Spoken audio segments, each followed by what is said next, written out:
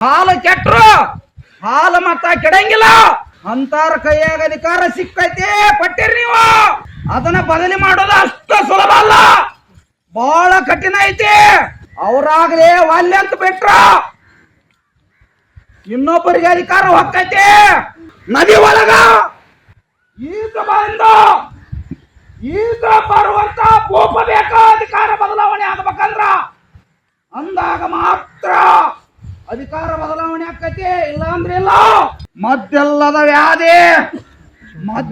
ವ್ಯಾಧಿ ಬರ್ತೈತಿ, ಅದು ಗಾಳಿ ಮುಖಾಂತರ ಹರಡ್ತೈತಿ. ಸಾಕಷ್ಟು ಸಾವು ನೋವುಗಳಾಕ್ಕವ.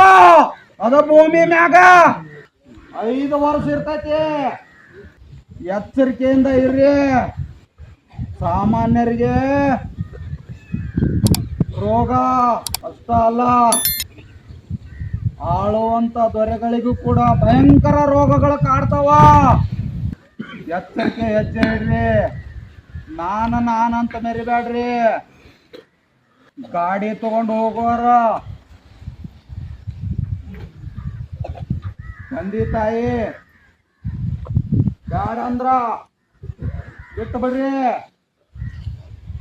ದೇವರ ಆಜ್ಞೆ ಮೀರಿ ಗಾಡಿ ಬೇಕಂತೇಳಿ ದುಶ್ಚಟಕ ಬಲಿಯಾಗಿ ಹೋಗಿದ್ದ ಕರೆಯವಾತಂದ್ರ